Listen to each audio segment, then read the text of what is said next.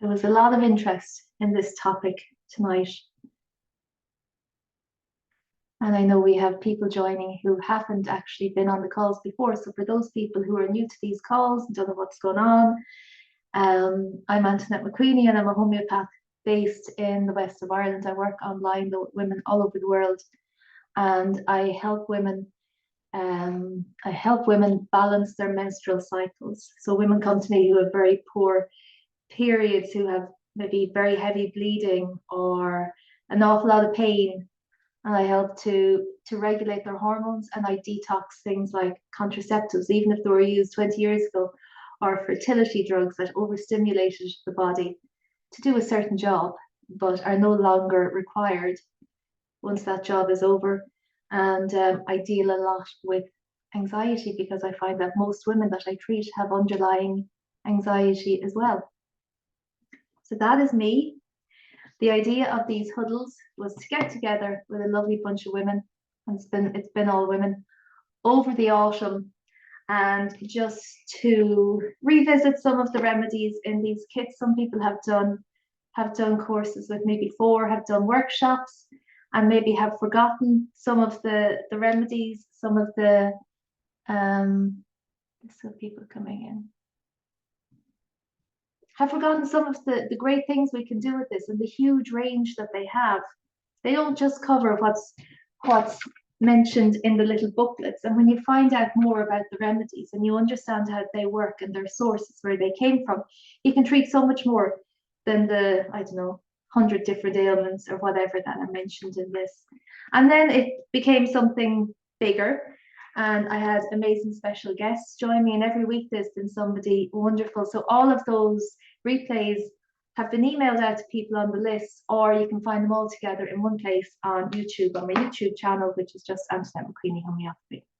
So moving on, there are 6 remedies in these kits that aren't in the blue ones, and I covered 3 of them last week, and I just want to cover the other 3 tonight.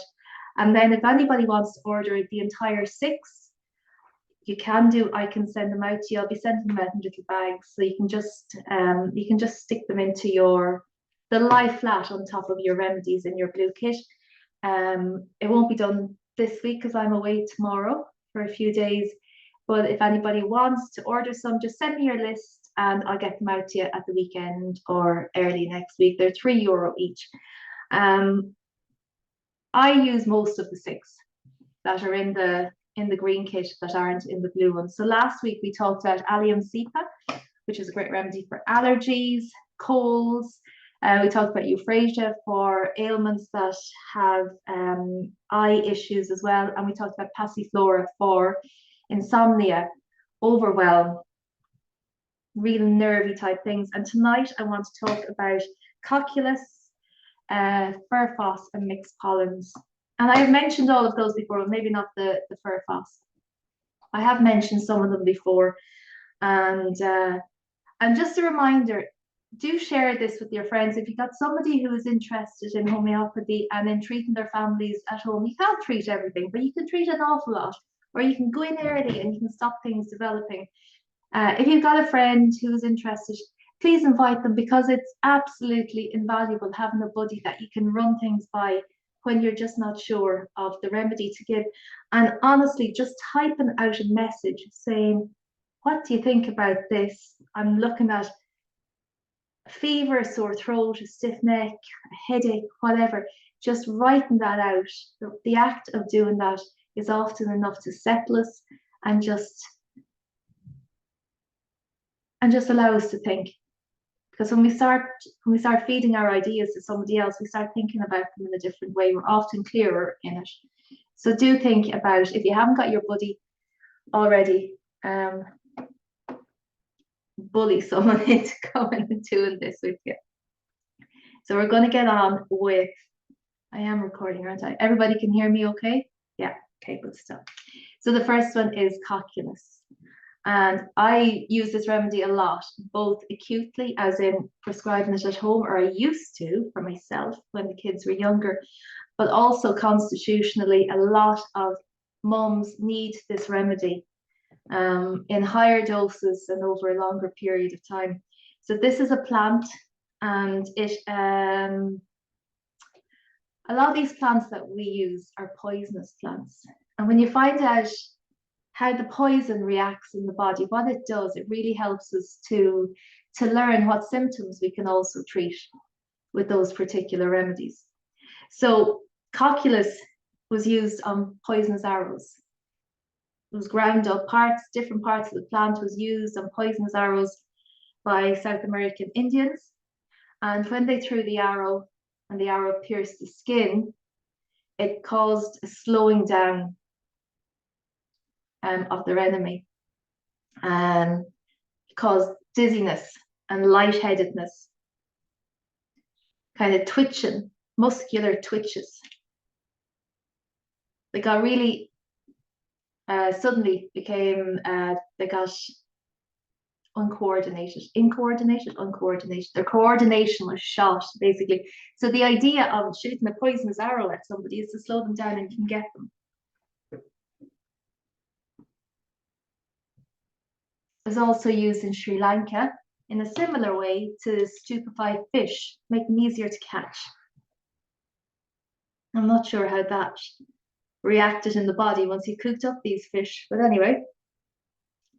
So they're the things we're looking at. We're looking at dizziness and lightheadedness, lack of coordination, but the main thing in this remedy is flat out exhaustion, numb with exhaustion.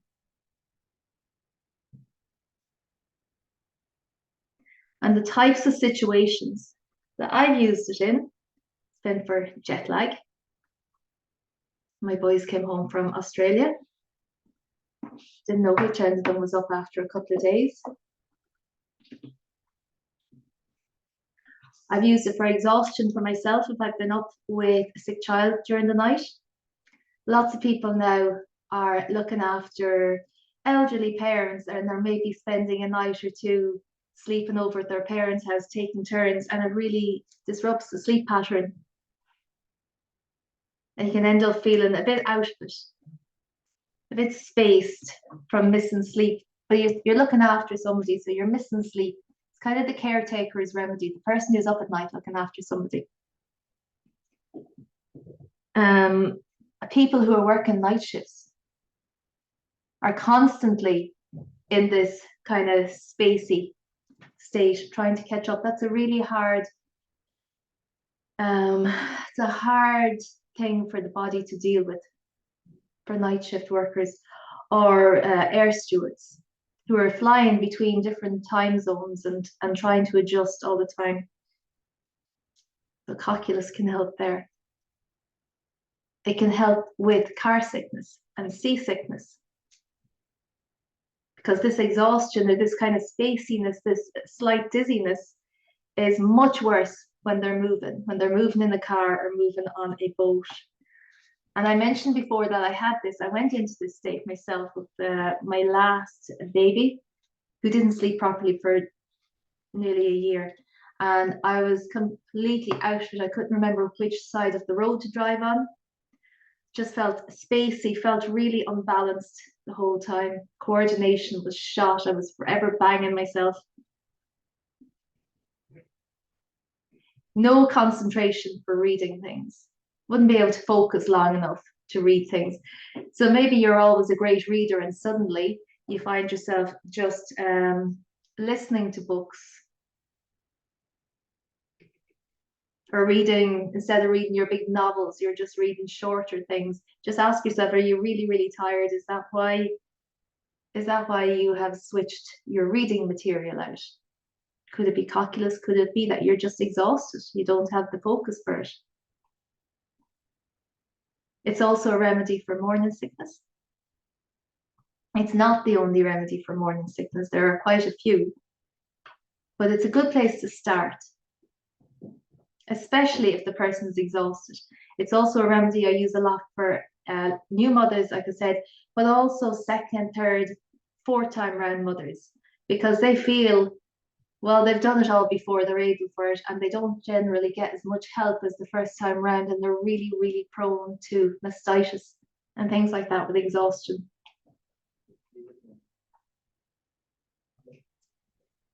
It can also be a period remedy where the person feels really, really weak, dizzy with their period.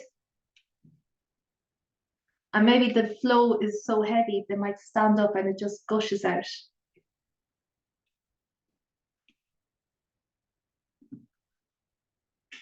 Just think of cocculus for that. Could be migraines with nausea and dizziness. There are loads of different migraine remedies, loads more than what are mentioned in the little book. So that's why I prefer to learn how the remedies work rather than, what they can treat according to a very limited little book. Could be a headache from too much sun. One of my kids responds really, really well to this.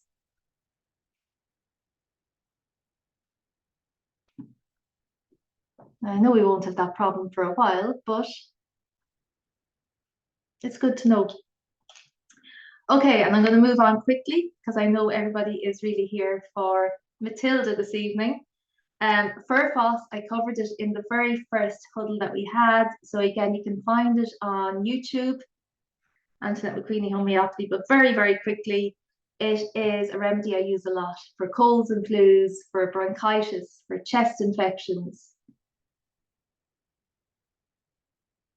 for earaches. And what's notable about Furos is that sometimes the symptoms really are not very strong at all compared to some of the other remedies where you might have, big glassy eyes or very, very flushed face or very exhausted look. And sometimes your little person, you're a big person who needs Furos, doesn't really complain even all that much until they're quite sick.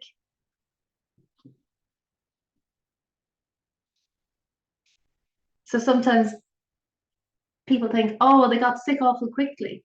This fever came out of nowhere. It probably didn't. They were probably stewing in that kind of state for a while before it was even realized, because they can just get on with things. So a great remedy for colds that will go either straight to the chest once they've been recognized or to the ears. And it's for a very early stage of an earache. But again, it's hard to spot that because they don't really tend to complain until it's big. But just look out for, if you've got somebody who has a tendency to get earaches, look out for the red ear and go in with Furos. It's a remedy for blood where it's not supposed to be. So maybe blood in sputum that's coughed up, or blood in nasal mucus or nosebleeds.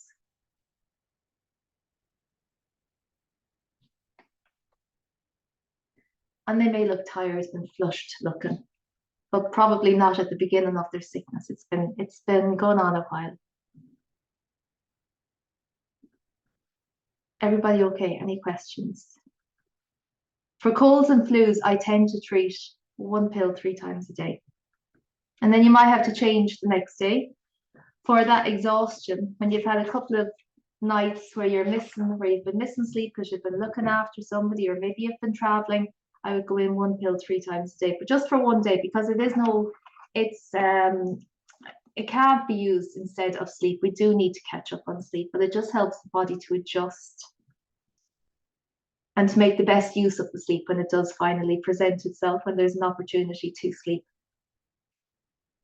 And the last one I'm going through really quickly out of that list of 6 is the mixed pollens. And that is exactly as it says on the tin. It's a combination of pollens from different trees and grasses, and it's a hay fever remedy. And I've not used that one myself, but I know people get amazing results with it. They swear by it. And it could be that they're just reacting to one particular pollen. Mightn't be allergic to all pollens, but there's such a good mix in there that it hits a lot of them. I had somebody a few years ago who her child only have ever had an asthma attack when they went to a particular hotel. And it was a hotel and a state house, and she couldn't figure out, it was only while we were in we were in consultation, she realized, oh yeah, she always has an asthma attack when she goes there. And we were narrowing it down. And sometimes they went to a playground, which was over beside a particular group of trees. And sometimes they went for a walk around by the lake where there was a different set of trees. And she only got the asthma attack when she went down by the lake. So there must have been a tree or something down there that was heavy in pollen. It probably was a tree that wasn't native to Ireland, so we aren't used to it. You get that a lot around hotels and old estate houses. A lot of plants that aren't native. So our bodies haven't really had a chance to build up the resistance to them. So mixed pollens used to work amazing for that person. And anybody who is struggling with allergies and hay fevers, I really, really recommend you go back and watch Dee Morris on, I think, the second Homeo Huddle when we were talking about gut health, because that's where that is coming from. These allergies. And also Rachel Riches from 2 weeks ago, she was talking about skin, and she talked quite a bit about allergies, gut health as well. So that is those three that's those three I wanted to talk about. We're getting closer to talking about the mother wound and this issue that people have with their moms. So I started to think about other remedies that could be useful. And many of you know, some of you know, that I went to the south of France in June, and I took part in the proving of the holy well waters of Maria Magdalena. And while I was expecting, when you do a proving, you take a certain substance for a period of time until you develop symptoms. And then we know that these are the symptoms that can be cured in a sick person with that same remedy. Sounds really easy. And I was expecting, with the story of Maria Magdalena and the Magdalene laundries in Ireland, I thought I would come up with all this stuff about the woman who has fallen from grace, or about abuse, or something different. But instead I fell into this energetic field of feeling ostracized in my own family unit. And I don't mean my own personal birth family, I mean in other situations. And I was aware very acutely of this hierarchy, and I did not rate very highly on that. I was neither useful or funny or any of the other things that you seemed to need to make the grade to impress a particular person. And it was a really, really weird time. There was nothing wrong with anybody else in this group of people, and I found it in different situations, in different groups as well. It wasn't just one particular group, but it was just the energy I was in, and it doesn't matter whether it was true or not. That was the energy of Maria Magdalena, and that's the energy that was shown to me, and that's what I am treating in women who come to me that have these particular issues. So there was a hierarchy. There was a withholding of information. For certain members weren't being given the information, and I see that with clients who are maybe in family WhatsApp groups, and something is organized and one person is left out. There was a lot going on. A lot of this stuff was coming through to me in dreams. Information was currency, and the people who had the information had the currency. They had the power. But most important was this being left out, this feeling of not fitting in, of being the only one standing back on what the hell is going on here, and for being the one that called it out, which wasn't a very popular decision, especially in a situation where this stuff wasn't really going on. It was just an energetic thing. Everybody was playing a role. Provings are fascinating when you get involved in them. Crazy. Anyway, that's Maria Magdalena, and I have been using it since for women who are complaining about these types of things to me in my own family, or in their own family, sorry. But I didn't have a word for this. I had all these big feelings about where I was, where my place was in the family unit, but I had no word for it. And then I came across Matilde's podcast, and I knew Matilde outside of the healing circle. I know Matilde, and I never knew she was running this podcast, Daughters of Narcissistic Mothers. And when I heard that word, I was like, oh, that is it. That is it. It's the daughter of the narcissistic mother. That's the remedy of Maria Magdalena. But there's another remedy in the kit that's kind of close. And I'm just going to tell you about this before I pass you over to Matilde, and she can fill you in much more. Outside of the kit, there are remedies like rose quartz and lac humanum, which is actually a remedy made from human breast milk, which is the most beautiful, nourishing remedy for people who didn't receive it from the person they should have received it from. So this one is Staphylos aureus, and it's delphinium. Anybody who's got flowers, who's into the flowers, might know they're delphiniums. It's from the butterfly cup. And again, it's poisonous, and its seeds are used to stupefy fish, make them easier to catch. The poisoning effects of Staphylos aureus are loss of appetite and nausea, uneasiness in the body, maybe staggering, constipation, bloating. These are all the things that we can use to treat, or that we can treat with Staphylos aureus. The Furos also used Staphylos aureus to treat lice, body lice.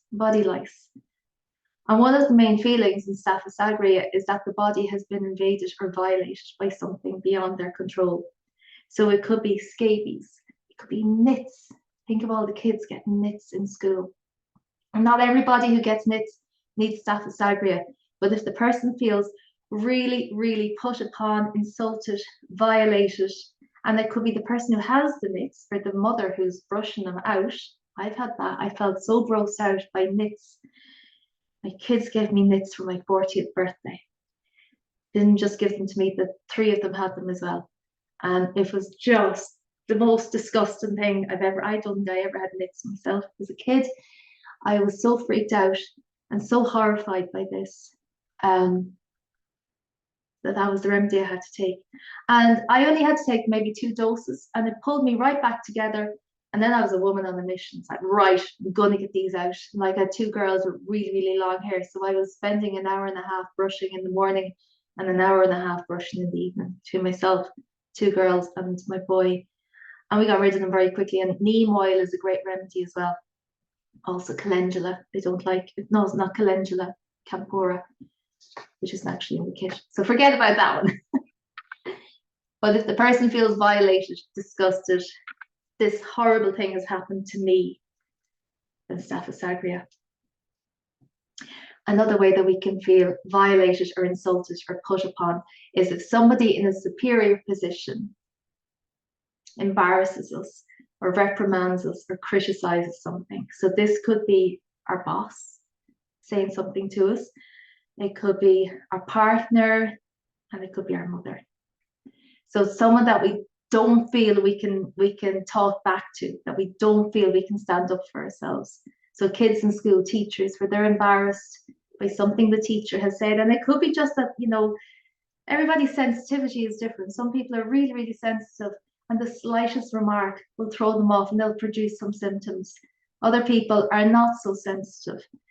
So just to be aware of that something that we wouldn't react to ourselves, somebody else could fall very, very deeply into that energy of being mortally wounded, hurt by it.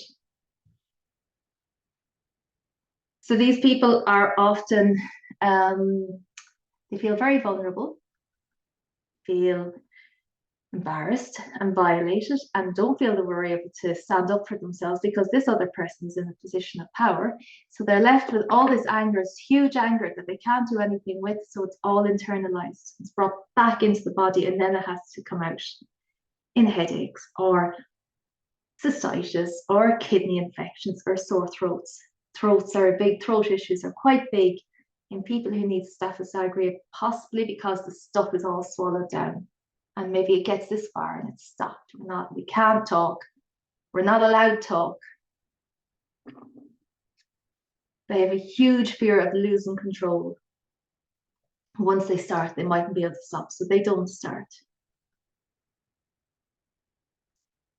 So the difference between this one and Maria Magdalena is this one doesn't eventually stand up for themselves, not until they get a remedy.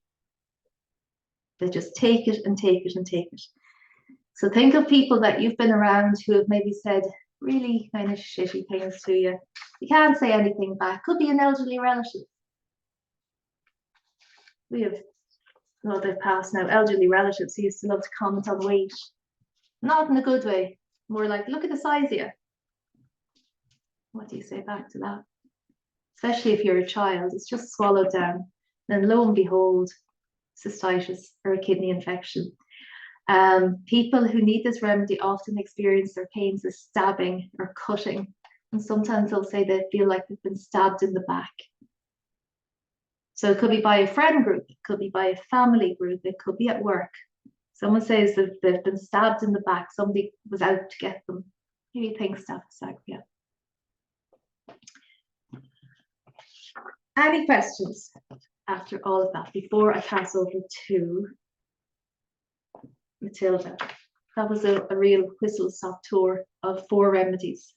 But it's enough. There's more than enough information there.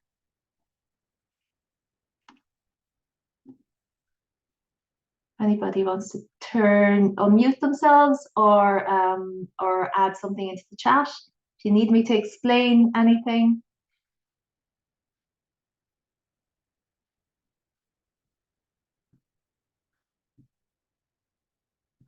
Okay, everybody's good. Okay, I'm going to invite Matilde on. I'm just asking you to unmute there, my dear. Okay. You're so welcome. You're so welcome. Hi. It's lovely to see you in this space. I know Matilde from a very different space altogether, and it's absolutely lovely to welcome you into this circle. I'm delighted you could join us. There was huge interest in this topic that you're going to tell us all about. But first of all, maybe just tell us a little bit about yourself and how you got into this area. Absolutely. Thank you so much for inviting me. I'm really happy to be here. I hope you can hear me okay. If there's any issues, let me know. So yeah, it was interesting to listen to your description of the last remedy, because it was like you were describing myself. I was like, Really? wow, I felt all of that, and I still feel a lot of that stuff in my body, in my system. And that is actually how I got into this work. I started on my healing journey when I was 18, because already at that stage, a lot of the things you described were in my life. I had kidney infections often. I had pain in my body. I had been told I couldn't do activities that were important to me, and a lot of stuff like that. I was told I was depressed, possibly chronically, and so on. So I started, and I never stopped, because every layer I uncovered brought more to the surface. And no matter how much I worked on myself, and as I was working on myself, then I started working with women. So I started in everything I trained. Then I became a facilitator. So I became a yoga instructor. I became a priestess for goddess energy, for women, talking about their cycles and working with all of that. I became a Reiki master. So I did all of that, and despite all of that, about 3 years ago, I realized my life was going really, really bad. Everything in my life was going bad. My work wasn't as satisfying and taking off as much as I wanted. And I also had been worked in a completely different environment as well as the women's work. I also worked in what my mother's job was. I was a horse riding instructor, like she is. And that wasn't working very well. My marriage was falling apart. My relationship with my eldest daughter was not very good. So all of that brought me to look deeper again. And I realized that the common root of all of those issues was my mother. and and this is not with a blaming energy. This is not to point a finger at our mothers and go, oh, they were such bad people, or they are such bad people, and look what they've done to us. There's none of that here. That's not where I'm coming from. But it was really important for me to realize that there was something deeply toxic and unhealthy in the way my mother had shown up, not actually as a mother, but the way she had shown up in so many different aspects. I took a career break. I didn't work for 2 years. I went deeper. I had a mentor that guided me really deeply into this work. We did a lot of somatic trauma release and embodiment practices and a lot of breathing and a lot of stuff. And that brought me to here, because I realized that as much as it had impacted my own life, all the women I had also worked with and I knew through my work and also outside my work had also very much been impacted by the relationship with their mothers. And so I started researching and looking into it. I didn't have any knowledge of narcissism, as in I didn't even know that was a thing. I had heard about it in relationships. My husband is a relationship coach. So yeah, the word had come out within that context. But I never actually knew that you could use it for your mother or for other people. And that opened up a world for me, because it just made sense of my life, like, and how I felt. And all the things that I thought I was born with, that I was faulty, that I was just not enough, that I was destined to fail miserably in everything that I tried to do, and that I could never be at the standards. Everyone else was amazing, and I was just this like ugly duckling going around and never being able to express myself. What you were talking about, the sore throats, and not being able to speak my truth. I could talk a lot, but I was never coming from my belly, you know, like it was like a lot of surface talk. So this has been the most potent work that I have done in like 20 years of inner work. And that's why I decided to share it, which was like a big step and very vulnerable to do a podcast on this and to start working specifically. I had done a lot of work with women, but this is a specific topic, and it really affects us all, because we're going to go into very quickly how to recognize if your mother is or isn't a narcissist and to what degrees. But we all as women carry mother wounds. So even if you at the end of this episode go, well, actually my mother was none of that, wonderful, I'm really happy for you, really, really. But we do all carry a degree of mother wounds, because that's just generational trauma, and the generation before ours have been through a lot.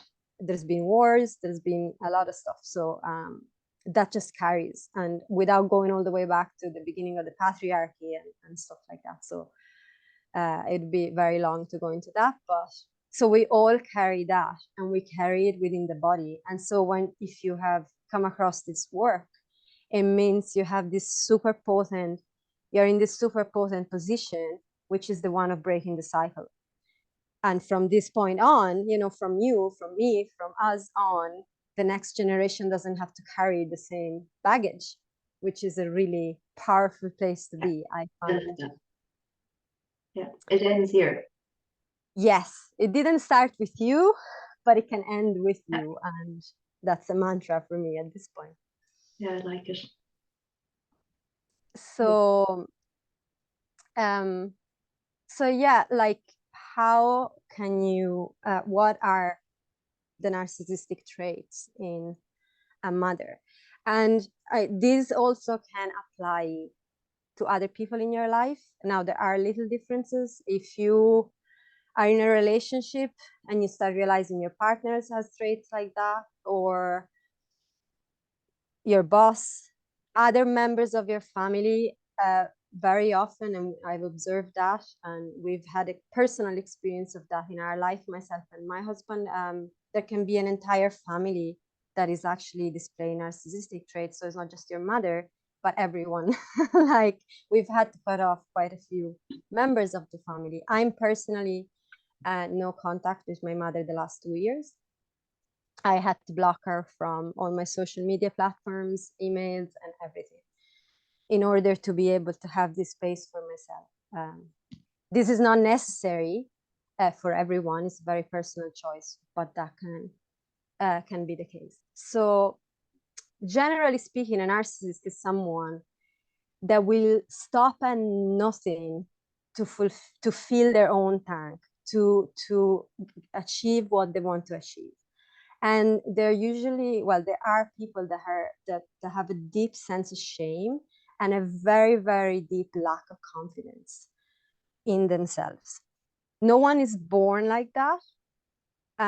It's actually a phase that every child goes through. Every child, when they're very small, are narcissistic. That's okay. That's normal, because when you're a little baby or a toddler, you got to think about yourself and your needs come first.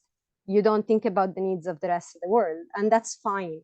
But when there's like traumatic experiences that happen at that point, or the caring is not there and stuff like that, you get frozen in that state. And then becomes like a protective strategy.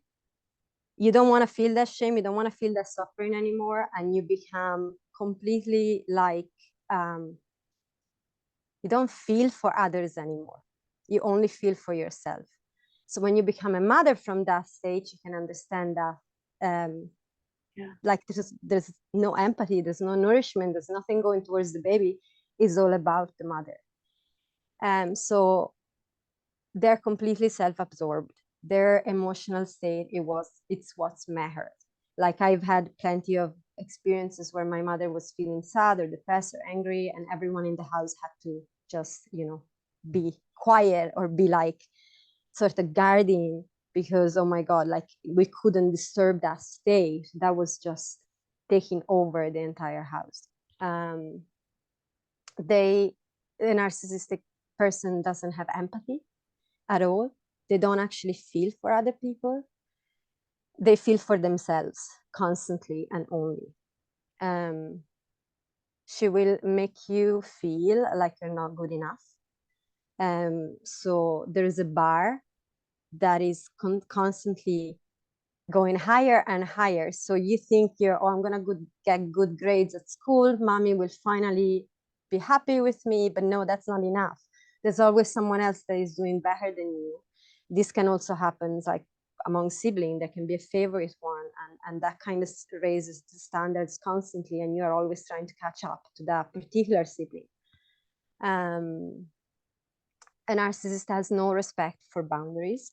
So if you have a narcissistic mother, she will come into your house. She will just behave as if it was her own house. She will parent your children. She will listen to your phone calls, check your messages, and stuff like that.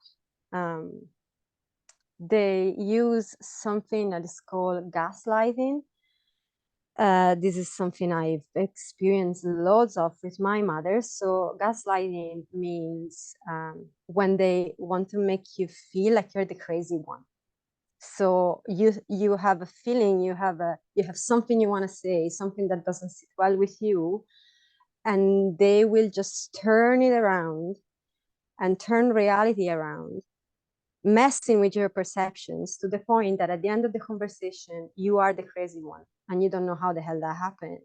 But when that happens all the time, and especially from childhood, you can become really convinced that you were the one that wasn't seeing things right, where instead you are. And that's when, Antoinette, you were talking about being the one left out from the family, and actually being the one that just wants to call things for what they are. But is not listened to, and this gaslighting can be used by the family to segregate someone and make them feel really bad about themselves. A narcissistic mother is going to be in competition with her daughters or daughter.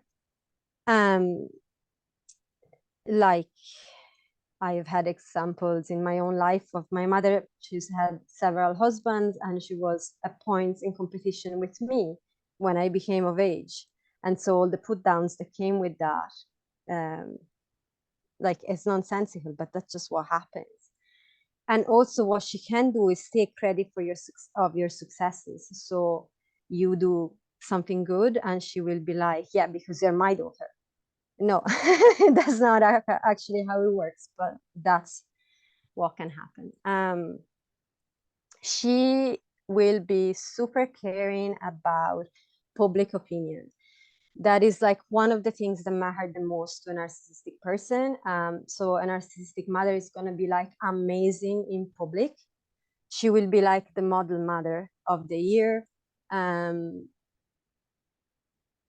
Well, behind closed doors, anything can happen. And again, that can happen also on a level of an entire narcissistic family. Those families that, you know, outside everyone loves them, no one can say anything about them, but inside closed doors, crap goes on and no one speaks about it. Also, she can display martyr syndrome and victimhood. And that is an important point, because I've heard some women have said to me, oh, my mother wasn't actually a narcissist, because the interpretation can be that a narcissist has to be attacking all the time. That's not necessarily the case. She can be a victim too, wanting you to care for her. So changing the direction of the caring. The caring is the nourishing, going from mother to daughter, actually being inverted, and having the daughter needing to care for the mother. And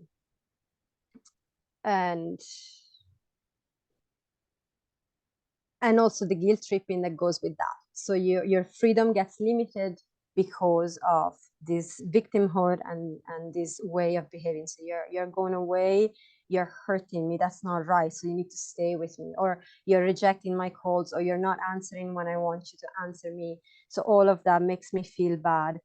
Therefore, you need to feel guilty about this. You're doing something wrong, you're faulty, you're a bad daughter because of that. Also, another thing is withholding affection all the way to complete neglect. And this can come as a threat. Like my mom would do that. She spent an entire year not talking to me because I answered back. So that, you know, like, I'm gonna not be around for you if you behave in a way that I do not approve of. That's one way, but also sometimes the withholding affection can come with emotional unavailability as well, which is another thing that I get told very often. Oh, my mother wasn't really a narcissist, but she was emotionally unavailable. That causes just as much wounding.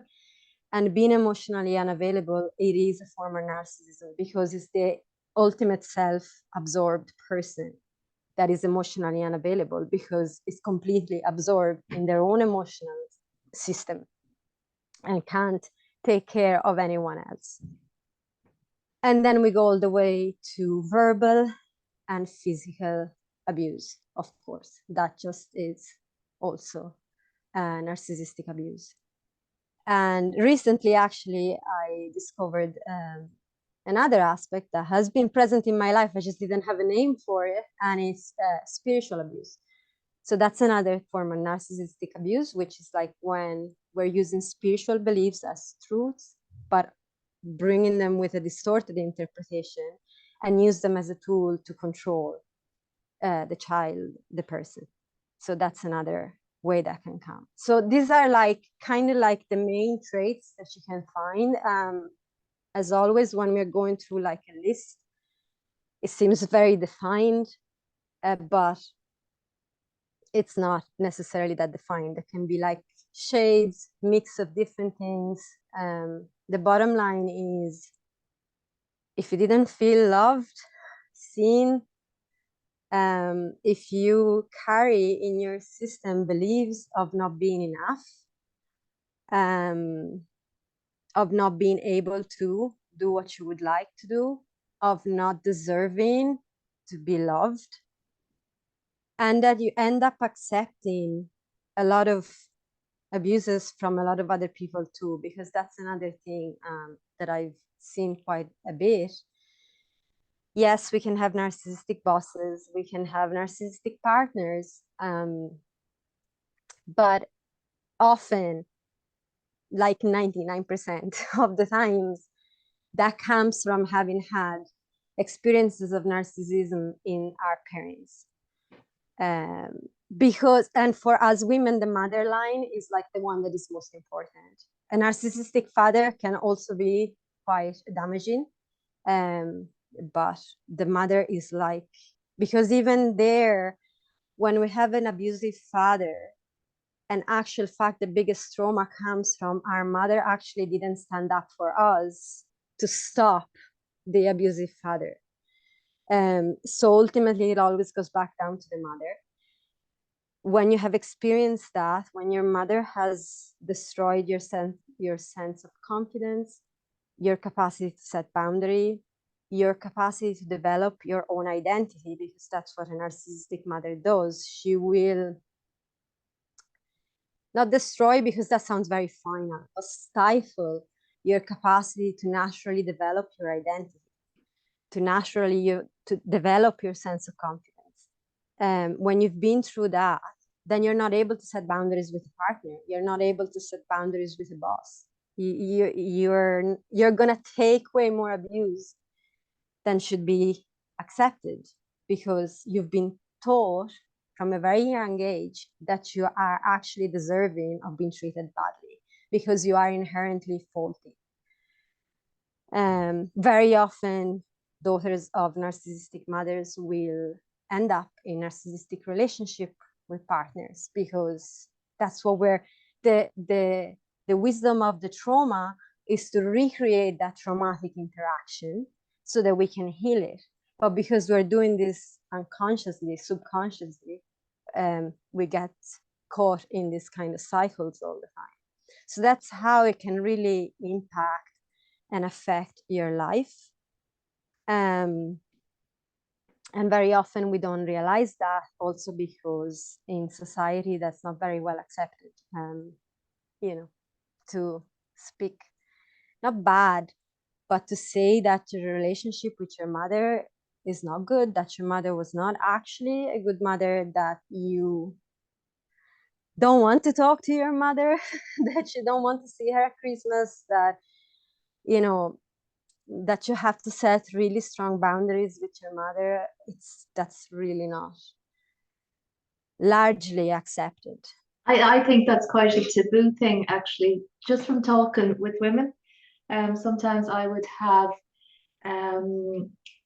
people come to me and they might have a huge issue with one particular person in their life. It's usually a boss. And sometimes it's a teacher. It could be going back 40 years ago to a teacher that made them feel terrible. And I always say, well, when did you ever feel like this before in your life? Who else made you feel demeaned or not good enough or whatever? And it's really hard for women to say, well, my mother. And it's like everything is projected. It's taken off the mother and projected onto somebody else, because it's easier to blame somebody else, I think, just in my experience of taking cases. Absolutely. For me, the confirmation of all that was when I was about 12, I've been through sexual abuse. And that was like a really long 3 years experience of my teens years. And I did a lot of work on that growing up, thinking that that was like some major issue in my life. And it has had an impact, of course. But doing this work, I realized that the biggest impact was not the actual sexual abuse. It was the fact that my mother knew, never stopped it, and blamed me. So that's where it was like, okay, yeah, if I can see that on such a big thing, then it means that this mother thing is really at the root of so much for so many women. Yeah, it is. It is. And I've heard that as well. You know, my mother was a victim too. She wasn't able to stand up for me. I had this conversation with somebody who's on this call only last week. That's really interesting. So I don't know if at this point I did talk for quite a bit. If there's any questions or any things that I can clarify or explain more, you're welcome. Yeah, just anybody wants to say anything, just unmute yourself. Matilde, what I found really interesting in your podcast, and I haven't listened to all of them because there's loads, but I'm always looking to improve myself as a mother. And I just found there's great wisdom on just general parenting and general mothering as well. Things we want to avoid, things that we can all fall into, you know, that they can be pretty small and maybe just one thing on that list that you called out. But just if we know to catch them before they become bigger. Yeah, I just found there was huge learning in it. I love the podcast. It's amazing. Thank you. It is a big point, and it was one of the things. My relationship with my daughter, she's my eldest, she's 13 now, and I realized after doing all the work and discovering maternal narcissism how much of it I was actually bringing with me and doing myself, like even wanting to be completely different from my mother. The energy underneath it was the same. So very often when we carry mother wounds that we haven't dealt with fully, that are still in our system, sometimes we bring that underlying energy with our children and we don't realize that. So like for me, the mirror was seeing how she reacted to me. If my daughter reacted in a way that was defensive, then that's what I was bringing forward, and it has changed massively. So yes, even if you don't think your mother is a narcissist, but you are going to listen to some episodes anyways, it can bring insights massively on your own behavior, things that you never thought you were doing, because we do it subconsciously. We don't mean to, obviously, but that just comes out. Yeah, because it's familiar. It's what we've learned growing up. Deirdre says, thank you for your remarkable bravery and honesty. And Karen says, what's the name of the podcast? Oh, sorry, it's been popping up there. So the podcast is Daughters of Narcissistic Mothers, and you can find it on any podcast platforms. And also, I know Anet is probably going to put the links. One thing that I want to say that I have available is as a point of starting. So if any of these actually resonated and you are like wondering about it, or you want to know more, but you feel that there are parts of this, like the feeling not enough, the feeling unlovable, the feeling undeserving, the feeling constantly anxious, the feeling of being hypervigilant all the time. That's another big thing that comes with having had a mother that wasn't safe to be around. A nervous system that is high on alert all the time, so you can't sleep, you're anxious, you're nervous going in public places, you're nervous of others people's judgment, a lot of stuff like that. I have a free practice, it's a guided practice that is available on the website that you can all access, and it's a really great starting point because it kind of gives you that space to start bringing back like your nervous system to like a place of more settle rather than constantly like high up on alert, and also can open up to that, you know, it's like it brings you, as Anet was saying at the very beginning of this episode, going down into the womb, going into that space and get into your body and start being open to receive that love that you mightn't have received in an ideal way from your mother, but it is actually available for you even right now, and is available for you within you. So you can go on the website and get that. At the end of every podcast episode, there is a link to my website, and there is a link to that. So yeah. And because I don't know if I said it earlier, like our wombs are our connection to our mothers, and very often we can manifest issues in our wombs that are directly related to mothers, or other experiences like poor sexual encounters or whatever. But there's nothing random. Any of the stuff that's going on in your body, for anybody listening, there is nothing random. There is a reason for all of this stuff, and we do have to do the work, and it's good work. It's painful, but like you said at the beginning, it stops with us. Doesn't go any further down our line. There's a few messages there. Sharon said it's fascinating, great stuff. Matilde, Gemma says, wishing you so much joy and good things moving forward. Janice has listened to a few of your podcasts. Janice, I knew you were straight onto it last week. And this is amazing. I wish I'd known all of this 50 years ago. Learning and healing is constant in my life. Thank you for being open and honest. And I feel like I'm ticking so many points. He said, thank you so much.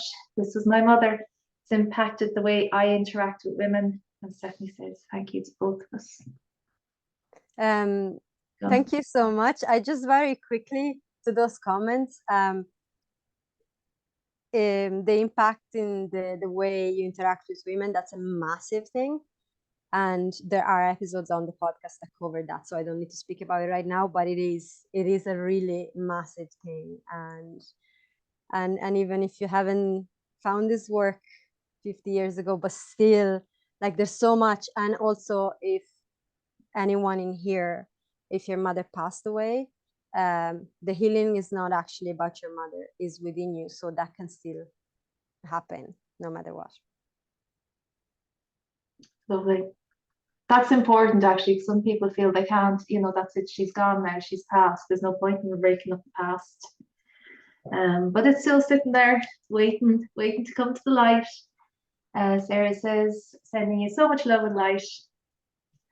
Matilda, that was gorgeous. That was, it's really, it's very emotional. I think it's probably hitting all of us in the gut and in the womb. And it'll take a while to process all of this. And your podcast is just lovely. So it's not just for people who feel they're actively suffering from this issue at the moment. It is, like you said, it's a generational thing. It's in all of us. It goes back. We carry this stuff, not just like our mother's brown eyes or, our father's funny ears or whatever. We carry all the trauma as well. And we can do something with it, but we have to recognize it first before we can do anything with it. And we do need these names. We need to be able to label things, so we can find the help that we need to get for them. Anything else? Okay, I think we should leave it there. For everybody, maybe just take a second, everybody, and just ground yourselves again a bit after that. So just plant your feet firmly on the ground, hands over your womb area, and let's just take some nice, imagine we're healing in some lovely rose quartz pink light into our wombs. And it's just going all around, breathing in healing and forgiveness and love into our wombs, where maybe we've been holding some negative energy because we just didn't know what else to do with it. So just breathe all that in and breathe out any darkness that's there.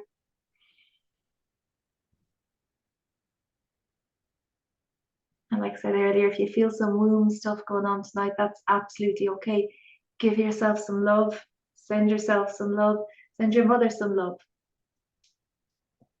She's only doing what she could with the abilities that she had and the knowledge that she had as well, probably. And just don't hold on to it. This stuff that we can do, this healing that we can do. And Matilda's podcast is a wonderful, wonderful resource. So, and you can listen in. Okay, make sure when you finish up on this call that you go and you have yourself something to eat, something really nice to eat, or something to drink. And there's somebody trying to come in now, bless her, she got the time completely wrong. Next week, we have somebody that Matilde actually introduced me to a few weeks ago, and I had a lovely chat with her, and you're going to like her too. It is Deborah Kilby Healing, and she's the author of this book called Rose's Choice. And Deborah is an energy healer, and she works with spirit babies. She's a spirit baby medium, and she helps women connect to their spirit babies. Women who are looking to conceive, maybe women who've experienced a lot of loss and are looking for answers. Our spirit babies are there and they can help us. So she is beautiful, beautiful soul. And I will be talking about some remedies for grief next week. Okay, remedies that are in the kit. All right. Big love to everybody here. We got this. We got this. And this ends with us. Shit ends with us, okay? All right. Good night, everyone. Bye.